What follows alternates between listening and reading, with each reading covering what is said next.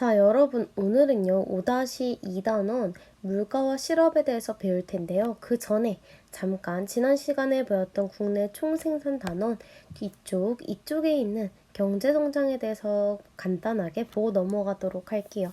자, 경제성장이 왜 중요할까라는 프린트 같이 채워 넣어 볼게요.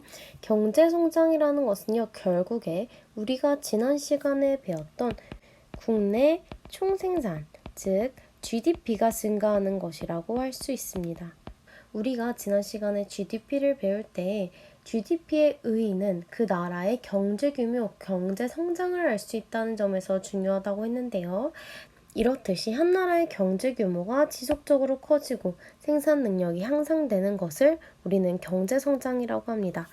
따라서 이러한 GDP가 증가하게 되면요, 경기가 좋아지고 국민 전체의 소득도 증가하고 그에 따라서 소비와 생산 및 투자 활동이 활발하면서 계속해서 경제 성장이 이루어지는 모습을 볼 수 있고요. 반대로 감소하게 된다면 그에 따라서 경제 성장도 감소하게 된다고 할 수가 있겠어요. 자, 이러한 경제 성장의 긍정적인 영향과 부정적인 영향은 많이 적혀 있지만 간단합니다. 여러분들이 이 부분은 간단하게 봐도 이미 다 알 수 있는 내용들인데요.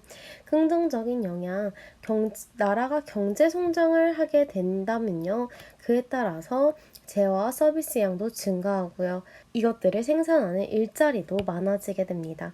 그 외에도 다양한 사람들의 소득 증가나 이에 따른 교육이나 의료 등의 복지 혜택 등의 증가, 그리고 풍요로운 삶을 즐기게 되면서 사람들의 삶의 질이 증가한다고도 할 수 있어요.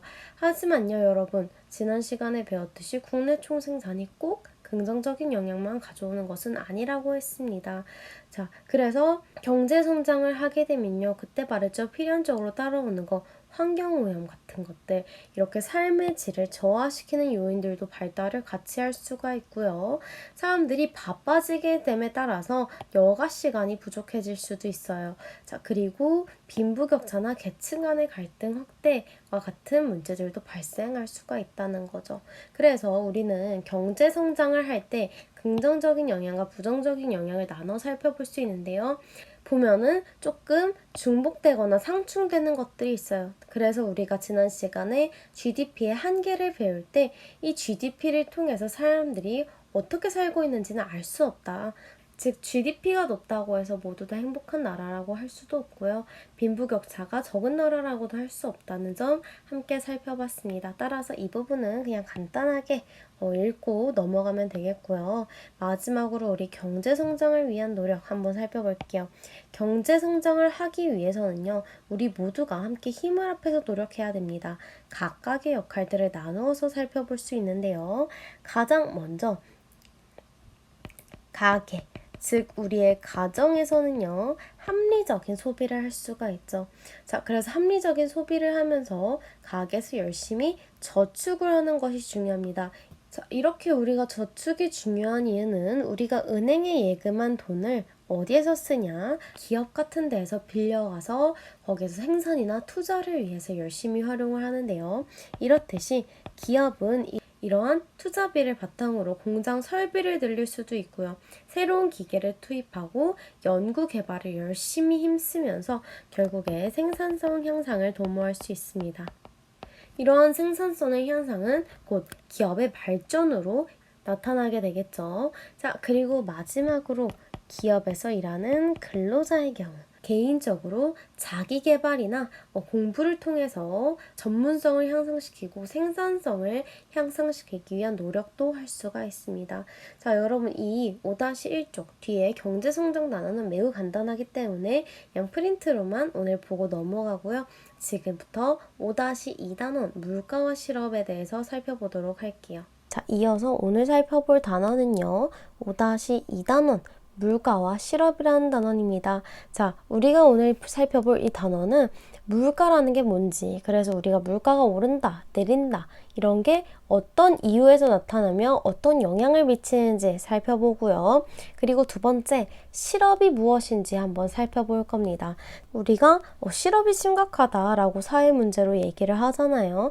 이런 실업이 왜 발생하면서 어떤 영향을 미치는지, 그리고 마지막에는 이런 물가와 실업 같은 같은 문제를 해결하기 위한 방안은 뭐가 있는지에 대해서 배워볼 거예요. 자, 첫 번째입니다. 물가 안정이 왜 중요할까? 즉, 물가에 대한 단원인데요. 물가라는 것은 우리가 시장에서 거래되는 여러 상품의 가격을 종합하여 평균한 값이라고 얘기를 합니다. 자, 이러한 물가를 숫자로 표현한 것이 바로 물가 지수인데요. 이 물가 지수 같은 것은 일단 이 물가의 변동이 소비자의 생활에 미친 영향을 파악하기 위해서 작성을 합니다. 우리가 이 숫자가 궁금하다면 보통 통계청 같은 데서 살펴볼 수가 있는데요. 일단 이 물가 지수의 기준이라는 것은요. 기준 시점의 물가를 항상 100으로 설정을 합니다. 그래서 이 100으로 기준 물가를 설정했을 때 만약에 1년 후에 물가 지수가 103으로 나타난다면 1년 동안 물가가 3% 오른 것으로 파악을 한다는 거죠. 반대로 1년 후에 물가가 95라고 한다면 그렇다. 이때는 1년 동안 물가가 5% 하락했다라고 파악을 한다는 겁니다. 그래서 이런 물가는요, 여러분, 오르기도 하고 내리기도 합니다. 하지만 이런 물가가 계속해서 올라갈 때가 있어요. 우리는 이 시기를 특별히 인플레이션이라고 따로 명명을 하고 있습니다. 물가가 지속해서 오르는 현상. 여러분, 지금까지 우리나라뿐만 아니라 세계적인 역사를 살펴볼 때도 이 인플레이션은 발생할 때마다 정말 큰 사회 문제로 대두되었어요.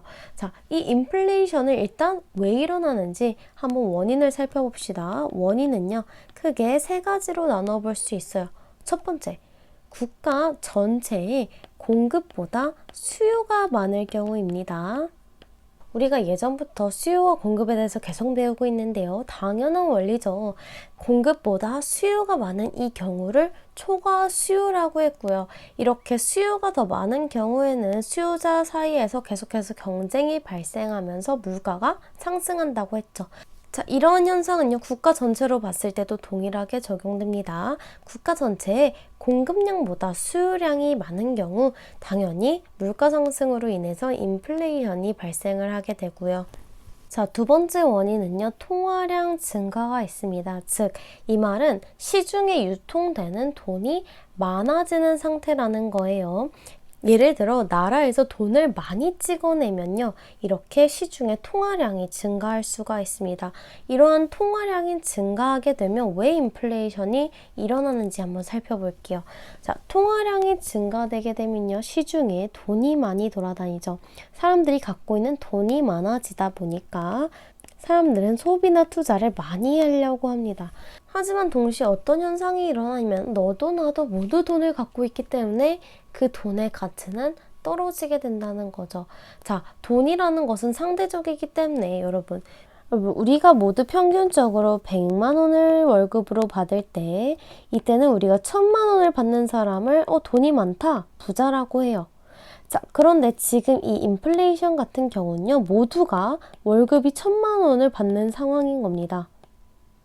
자, 그렇다면 이제 더 이상 1000만 원을 받는 사람은 사람들이 부자라고 하지 않죠. 이 경우엔 다시 더 많은 돈을 벌게 되는 사람만을 부자라고 생각을 할 거예요. 지금 모두 돈이 있어서 투자는 하려고 하는데 사실상 통화량의 가치, 화폐의 가치는 하락한 상태이기 때문에 계속해서 물가는 오르게 된다는 게 두 번째 통화량의 증가의 원인이라고 할 수 있어요. 즉, 통화량이 증가되면은 소비나 투자는 사람들이 많이 하려고 하는 반면 화폐 가치는 떨어져 버리기 때문에 계속해서 물가는 상승한다고 할 수 있습니다. 자, 세 번째 원인 같은 경우 생산 비용의 상승을 들 수가 있습니다. 자, 여러분, 사람들이 물건을 생산하기 위해서는 어떤 게 필요할까요? 자, 원자재라던가 여기 있는 사람들의 노동력 같은 것들이 생산 비용 안에 모두 포함이 될 겁니다. 자, 이 중에 특히 생산 비용, 인플레이션에 영향을 미치는 건 바로 이 원자재 가격의 상승인데요. 예를 들어 석유 같은 것들, 석유의 가격이 뛰면요, 여러분, 석유가 사용되는 곳이 너무 많기 때문에 전반적인 물가가 확 뛰어버립니다. 혹은 예전에 계란 파동이 있었을 때 계란의 값이 확 올랐을 때가 한 2, 3년 전에 한 번 있었거든요. 그때도 식당에서 계란 값이 들어가는 모든 음식의 값이 올랐습니다. 이렇듯이 생산 비용이 상승하게 되면은 그에 따라서 재화의 값도 오르기 때문에 물가가 오르게 된다는 거죠. 인플레이션의 원인 이렇게 지금 세 가지로 한번 살펴봤고요. 자, 이러한 인플레이션이 일어나게 되면 이제 사회에 어떤 영향을 끼칠지 크게 네 가지로 구분해서 한번 살펴보도록 할게요. 자, 첫 번째, 인플레이션의 영향으로는 돈의 구매력 하락, 즉 화폐의 가치 하락을 낼 수 있습니다. 이 구매력이라는 것은요, 이 돈을 통해서 살 수 있는 정도를 의미하는 거예요. 자, 인플레이션으로 인해 지금 물가가 올랐기 때문에 예전에는 1,000원으로 사탕을 10개 살 수 있었다면은 사탕의 값이 너무 올라버렸기 때문에 이제는 한 개밖에 못 산다는 거죠. 이게 바로 화폐의 가치 하락의 예시라고 들 수가 있어요. 역사 속의 예시를 한번 살펴봅시다. 이게 언제냐면 당시 독일의 인플레이션 상황이에요. 역사 시간에 배우게 되겠지만 2차 세계대전이 끝난 이후 독일은 패전국이 되었습니다. 독일은 패전국으로서 막대한 배상 비용을 지불했어야 했는데요. 이 독일이 돈이 없다 보니까 배상금을 갚기 위해서 선택한 방법은 바로 화폐를 그냥 많이 찍어내는 거였어요. 그냥 그 돈이 없으니까 돈을 새로 찍어냈다는 거죠. 자, 이렇게 되니까 어떤 현상이 발생했느냐? 정말 막대한 인플레이션이 이때 발생을 하게 되었습니다. 자, 이런 사진들이 당시의 모습을 보여주는데요. 지금 여기 보이는 이 독일 한 여성은 어디엔가 돈을 막 넣고 있죠. 여러분, 이게 벽난로입니다. 지금 땔감을 구할 돈은 없고 이 돈은 넘쳐나니까 땔감보다 지금 돈이 더 싸다는 거예요. 그렇기 때문에 땔감을 대신해서 돈을 넣고 있는 모습. 또 옆에 보면요, 여러분, 아이들이 놀고 있는데 이 자세히 보면 다 돈다발이에요. 지금 돈다발로 블록 쌓기 놀이를 하고 있어요. 장난감을 사는 돈보다 이 돈이 더 싸다는 거죠. 지금 당시 독일의 물가가 어느 정도까지 올랐냐면은 빵을 1억 마르크를 주고야 살 수가 있었어요. 빵 하나를 사는데 돈을 트럭으로 몰고 가야 되는 수준. 이때가 당시 독일의 인플레이션의 모습을 자명하게 보여줍니다. 알 수 있겠죠? 화폐의 가치 하락. 두 번째 살펴볼게요. 기업의 투자 활동이 위축되게 됩니다. 이유는요, 가계의 저축이 감소하기 때문이죠. 자, 여러분, 방금 경제성장 파트에서도 살펴봤듯이 가계가 저축을 열심히 해야만 은행에서 그 돈을 잘 굴려서 그 돈을 기업이 빌려서 생산과 투자 활동을 열심히 하고 그를 토대로 더욱더 경제 성장을 이뤄내는 선순환이 이루어져야 우리나라의 경제가 발전을 할 수 있는데 가계 저축 자체가 감소를 하게 됩니다. 왜냐하면 이 화폐 자체가 의미가 없거든요. 화폐나 은행의 예금의 가치는 떨어진 지 오래입니다. 사람들이 저금을 할 이유가 없어요. 따라서 저축이 감소하게 되면은 기업의 투자도 줄어들고 경제 자체가 위축이 되게 된다는 영향, 두 번째 영향이었고요.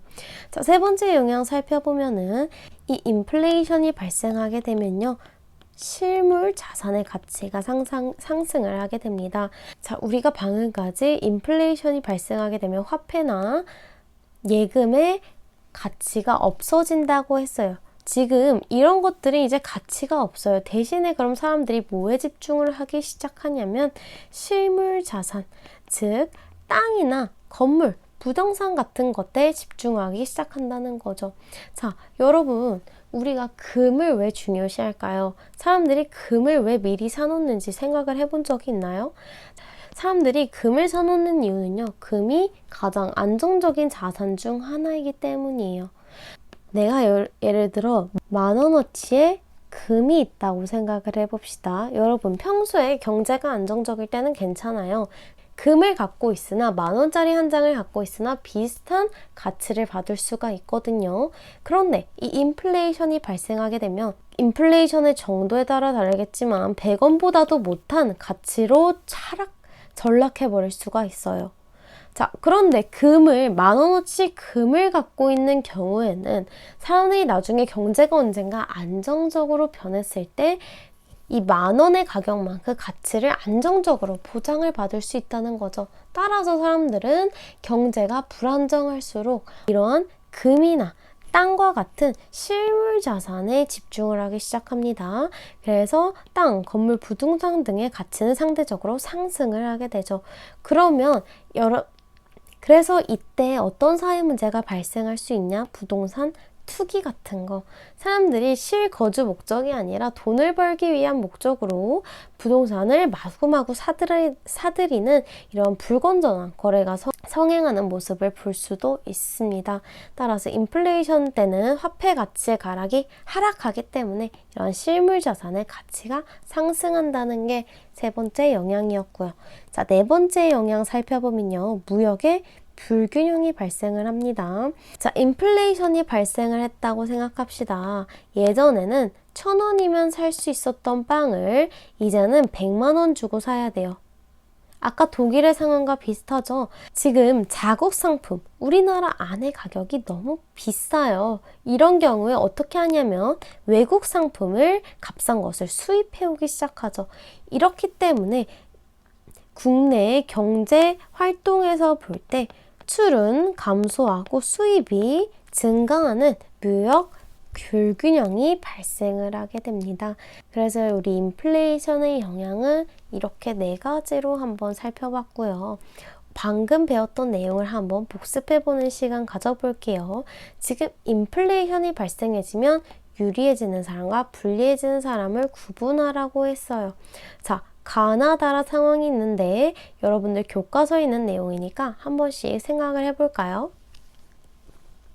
자, 한번 살펴보도록 하겠습니다. 자, 가부터 한번 살펴볼게요. 나는 건물을 가지고 있다고 했네요. 자, 여러분, 건물 방금 배웠죠? 실물 자산의 종류 중 하나입니다. 지금 인플레이션이 발생을 했을 때는 화폐 가치나 은행 예금 이런 거는 가치가 모두 하락을 해요. 대신에 사람들이 어떤 가치를 쳐주냐면 실물 자산들, 부동산, 건물, 땅과 같은 거. 그래서 지금 건물을 가지고 있는 가는 인플레이션이 발생했을 때 유리한 사람이라고 할 수 있어요. 나 볼게요. 모든 돈을 은행에 예금을 해놓고 있대요. 화폐나 은행 예금의 가치 떨어진다고 했죠? 불리한 사람입니다. 자, 다는 지금 월급이 내 소득의 전부라고 하고 있네요. 자, 여러분, 이 월급이라는 것은요, 지금 화폐나 은행 예금과 다를 바가 없습니다. 월급도 통장으로 들어오잖아요. 그래서 이 월급을 받는 사람도 불리하게 되고요. 마지막으로 연금을 받는 할머니가 있는데 다 지금 같은 선상에 있는 거예요. 연금도 지금 은행을 통해서 받는 돈이고 어쨌든 화폐, 예금 가치에 포함되는 내용이기 때문에 얘도 불리하다라고 할 수 있어요. 유리한 것은 가밖에 없다라고 우리가 인플레이션의 영향 정리를 해볼 수가 있고요. 우리 프린트에 보면 여기 한 걸음 더라는 부분이 있어요. 지금 여기 써져 있는 사람들을 한번 보고 유리해지는 사람과 불리해지는 사람을 구분해서 한번 써놓도록 하세요. 이 내용은 우리 수업 때도 한번 다시 복습하도록 할게요. 자, 그래서 여기까지 물가 파트를 살펴봤고 이어서 실업 파트 한번 살펴보도록 할게요. 자, 여러분, 실업자, 실업 문제 우리 사회나 뉴스에서 너무 많이 얘기하는 문제예요. 원래도 요즘 실업 문제가 심각했는데 코로나 때문에 실업 문제가 더욱더 심각해지고 있어요. 선생님 친구들 중에서도 아직까지 취업을 못하고 힘들어하는 친구들도 많고요. 자, 이런 실업 문제가 아마 여러분 세대에 가면 조금 더 나아지겠지만 아무튼 이렇게 실업이 지금 심각한 사회 문제인데요. 실업자라고 하는 것의 개념부터 알아보도록 하겠습니다. 실업자라는 것은요, 내가 일할 능력과 의지가 있음에도 불구하고 일을 하고 있지 못한 사람을 우리가 실업자라고 합니다. 따라서 일할 능력 자체가 없거나 일할 의지가 없는 사람은 실업자라고 판단하지 않아요. 실업자는요, 다른 말로 우리가 경제활동 인구 중 일을 하지 않는 사람이라고 정의할 수도 있습니다. 자, 우리 밑에 표를 볼게요. 이 경제활동 인구가 무엇인지. 자, 우리가 고용률을 살펴볼 때 기준이 뭐냐면 15세 이상의 인구를 되기 시작합니다. 자, 이 총 인구 중에요, 두 가지로 사람들을 구분을 하죠. 하나는 경제활동 인구, 그리고 또 하나는 비경제활동 인구로 구분을 합니다. 자, 경제활동 인구는요, 일할 능력과 의사가 둘 다 있는 사람을 말해요. 그런데 반면 비경제활동 인구는 능력이 있어도 일할 의사가 없는 사람들을 말하죠. 이 비경제활동 인구의 예시는 누가 있냐? 전업주부와 같은 사람들. 자, 그리고 또 대학생과 같은 사람들. 일할 능력은 둘 다 있어요. 일할 능력은 충분히 되지만 나는 아직까지 학업에 집중하겠다 혹은 가정에서 가사노동을 하겠다라고 하는 이런 사람들이 예시가 될 수가 있습니다. 자, 그래서 이 일할 능력과 의사 모두 있는 사람을 우리가 경제활동 인구라고 하는데요. 이 중에 일을 실제로 하고 있는 사람은 우리가 취업자라고 하고요.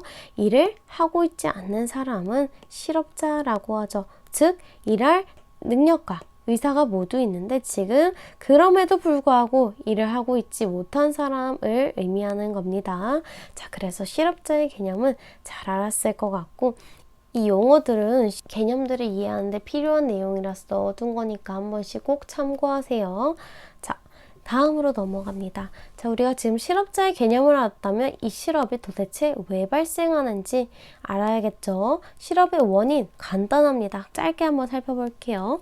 일단 경제 불황입니다. 가장 큰 이유죠. 지금도 경제 불황으로 인해서 실업이 너무 많아요.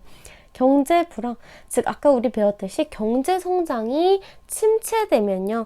기업이 생산과 고용을 줄여버려요. 생산이나 투자를 할 돈이 없으니까 기업도 많이 발전을 못하고 그러면 경기가 침체되고 그럼 수익을 많이 얻지 못하기 때문에 지금의 고용도 줄여버리는 행태가 나타난다는 겁니다. 지금은 심지어 코로나기 때문에 있던 사람도 줄이는 판국이에요. 실업 문제가 날이 갈수록 심각해지고 있어요. 자, 두 번째. 또 다른 케이스도 있습니다. 사양산업에 종사하던 근로자가 새로운 기술을 미처 익히지 못하여 발생하는 경우 여기서 사양산업이라는 것은 이렇게 사회경제 기술혁신 등의 변화에 대응하지 못하고 쇠퇴하는 산업을 의미합니다. 자, 지금 많이 없어지거나 없어지고 있는 직업 뭐가 있을까요? 대표적으로 사진, 인화와 관련된 사람들, 필름 카메라 같은 거 요즘엔 많이 사용하지 않고 있기 때문에 이와 관련된 직업에 사람들이 많이 실업을 하고요. 또 여러분들도 보지 못한 직업 뭐가 있어요? 전화 교환원. 자, 예전에는요, 한참 예전에 선생님도 태어나기 전에는 전화를요 그냥 걸면 우린 바로 받잖아요. 이 사이에서 전화 신호를 연결하는 걸 지금은 기계가 알아서 하죠. 예전에는 사람이 직접 그걸 연결을 해줬어야 됐습니다. 그래서 통신회사에 근무하는 전화 교환원 같은 사람들이 전화가 오면 먼저 받고 그럼 연결해 드리겠습니다 하면서 다른 데 딱 기계를 켜서 연결해 주는 모습이 나오거든요. 이러한 직업들 지금은 모두 사라진 직업이죠. 기술이 발전했기 때문에. 그래서 요즘에도 코로나 때문에 언택트 시대가 더욱더 가속화되면서 나중에 사라질 것이다 하는 직업들이 있죠. 선생님이 인터넷에 검색을 해보니까 통신 서비스 판매원, 텔레마케터, 인터넷 판매원, 사진이나 조작원, 관세사 이런 직업들이 나오더라고요. 이러한 직업들은 이제 후에 기술이 발전되면은 없어질 수도 있는 직업이다 라고 얘기를 하고 있는 거죠. 자, 이렇듯이 이렇게 기술이 발전하면서 어떤 직업들은 사라지게 돼요. 이것도 실업의 원인이 될 수 있다는 겁니다. 그래서 실업의 원인 간단하죠. 경제 불황 혹은 기술의 발전 같은 것이 원인이 될 수 있다는 거예요. 자, 다음으로는요, 실업의 영향도 살펴봅시다. 여러분, 이 실업 파트는요, 개념을 확실히 알고 있다면 나머지는 좀 간단해요. 원인도 간단하고 영향도 간단합니다. 여러분들이 모두 다 알고 있는 내용이에요. 개인적인 측면으로는 어때요? 직업을 잃게 되거나 없다면 생계유지 자체가 곤란합니다. 생활비를 벌어야 되는데. 그리고 자아실현의 기회박탈. 여러분이 나중에 취준 같은 걸 해보면 느낄 수도 있겠지만 사람들에게 절망감을 주는 게 바로 이 실업 문제입니다. 자, 그리고 다음으로 사회적 측면 같은 경우도 살펴볼 수 있죠. 실업자가 많아지면 이거는 여러분 뭐예요? 사회 문제라고 계속 얘기하고 있잖아요. 기업의 생산 투자가 위축되고 이어서 계속해서 경제가 침체하는 문제로까지 발전을 합니다. 사회 전체 문제가 되는 거죠. 두 번째, 사람들이 먹고 살기 힘들면요. 소소한 범죄를 저지르기도 해요. 그리고 빈부격차도 커지고 빈곤층 자체가 확산되면서 사회 문제가 또 증가를 하게 됩니다. 그리고 마지막, 이렇게 실업자가 많다 보면요. 지금 정부에서도 다양한 실업자를 지원하는 혜택들을 많이 주고 있거든요. 이렇게 사회보장비 지출 등으로 인해서 재정 부담이 증가를 하게 됩니다. 그런데 정부가 이렇게 실업 파트에 돈을 많이 쓰게 된다면 어때요? 돈이 모자르죠? 그런 경우에 세금이 또 증가하는 현상을 발생시키기도 합니다. 그래서 실업의 원인과 영향 간단하게 살펴봤고요. 마지막으로 오늘 배웠던 인플레이션이라던가 실업 문제 어떻게 안정되게 해결할 수 있을까 하는 파트 살펴보도록 할게요. 둘은요, 사실 구분할 것도 없을 정도로 비슷합니다. 물가 안정과 고용 안정, 지금 역할을 나누어서 마찬가지로 살펴볼게요. 첫 번째, 물가 안정, 즉 인플레이션에 대한 대비책이죠. 물가가 상승했을 때 이를 안정시키기 위해선 어떤 역할들이 필요할까? 소비자는요, 첫 번째로 합리적으로 소비를 해야 됩니다. 사치 낭비하면 안 되고요. 열심히 무엇이 합리적인지 항상 선택하며 소비해서 근검 절약하며 사는 태도를 보여줘야죠. 자, 두 번째, 기업의 역할입니다. 기업의 역할은 항상 동일해요. 바로 이 생산성. 계속해서 생산성을 향상하고 기술을 발전시키고 더불어 우리가 아까 인플레이션의 원인으로 생산 비용의 증가 있었던 거 기억나나요? 그것에 맞춰서 생산 원가 절감을 위한 노력도 함께하면 좋겠네요.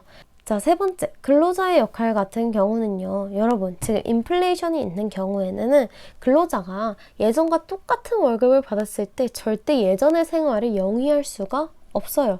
그러면 근로자는 임금을 인상해달라고 요구를 한단 말이죠. 그런데 이때 과도하게 임금을 인상을 하는 것은 요구를 자제를 해야 되고요. 그리고 똑같습니다. 생산성. 내가 일하는 곳에서 더욱더 기업을 발전시키고 생산성에 기여하기 위한 자기 개발을 통한 노력을 해야죠.